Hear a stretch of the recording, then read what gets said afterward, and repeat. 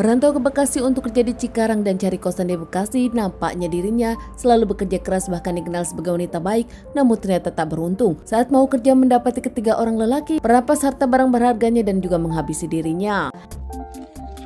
Kejadian kisah nyata yang aku bawakan kali ini terjadi di kota Bekasi kepada seorang wanita cantik dan soleha yang saat itu dirinya akan pergi bekerja.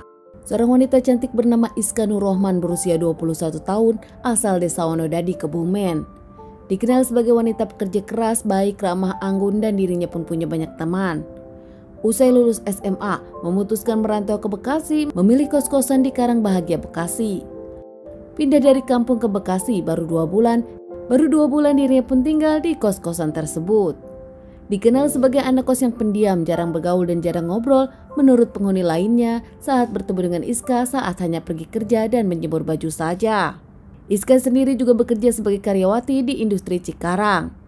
Mengingat dari kos ke tempat kerjaan cukup jauh, dirinya pun jalan kaki ke depan jalan raya. Dari situ dirinya menggunakan ojek online. Kesehariannya bekerja saat dirinya libur, lebih memilih istirahat di kos-kosan. Meski dirinya dikenal pendiam dan tak banyak bicara, namun dirinya aktif di sosial media. Iska sendiri punya banyak follower, kesehariannya memperlihatkan aktivitas sebagai pegawai pabrik di Cikarang. Tepatnya di tanggal 21 Maret 2022 subuh hari, saat itu jam 5 pagi Iska pun bersiap-siap untuk pergi kerja. Tak lama jam 5.30 dirinya pun berjalan kaki dari kos-kosan melewati gang menuju jalan raya. Biasanya sampai di jalan raya Iska sendiri mengorder ojek online. Namun saat itu dirinya memang masih di perjalanan, masih di jalan gang tersebut. Di tempat yang berbeda ternyata di pagi itu tak jauh dari rumah kos-kosan Isna, ada para remaja yang hendak bertawuran namun dibubarkan para petugas. Di antaranya ada Nurfandi 16 tahun, Muhammad Rifai 20 tahun, dan Tile 21 tahun.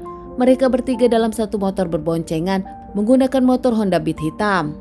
Usai dibubarkan, mereka bertiga pun berputar-putar dengan satu motornya, melihat Iska berjalan sendirian dan melihat ada kesempatan.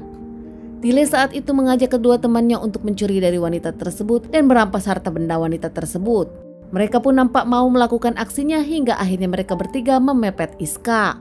Langsung mengambil handphone dan tas Iska. Saat itu pun Iska berteriak dan mencoba melawan. Namun nampaknya teriakan Iska tak terdengar dan Iska pun nampaknya langsung mendapatkan tikaman senjata tajam beberapa kali oleh pelaku hingga akhirnya Iska terjatuh. Iska yang terjatuh dengan cairan merah dan mereka pun langsung pergi meninggalkan Iska begitu saja. Tak lama seorang warga di dekat sana mendengar teriakan dari Iska dan keluar dari rumah. Kaget melihat seorang wanita tergeletak penuh cairan merah. Dengan penuh kesakitan dan meminta tolong, warga tersebut langsung menjerit meminta pertolongan dari tetangga lain. Tak lama warga pun langsung melaporkan kejadian ini kepada pihak kepolisian dan saat pihak kepolisian datang ke TKP, korban pun menghembuskan napas terakhirnya. Menyelidiki kasus ini, pihak kepolisian membawa jasad Iska ke rumah sakit untuk dilakukan penyelidikan. Sementara polisi lainnya menyelidiki kasus ini, mencari barang bukti dan CCTV sekitar. Hingga akhirnya ada salah satu CCTV warga memperlihatkan kejadian 3 remaja membawa parang dan bolak-balik di depan gang. Nampak 3 pemuda berboncengan itu sedang mencari mangsa. Tak lama berkat kerja keras pihak kepolisian akhirnya berhasil mengamankan 2 pelaku bernama Arpandi dan Muhammad Rifai. Keduanya diamankan di rumah masing-masing tanpa perlawanan. Sementara satu pelaku bernama Tile berhasil melarikan diri. Pihak kepolisian menerbitkan pencarian DPO kepada Tile dan berharap Tile segera diamankan.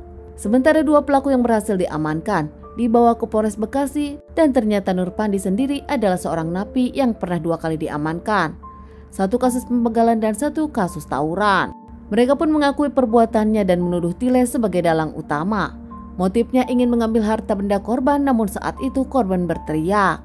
Ketiga pelaku nampak seakan tak punya pilihan menghabisi korban karena mereka sendiri takut dihajar warga.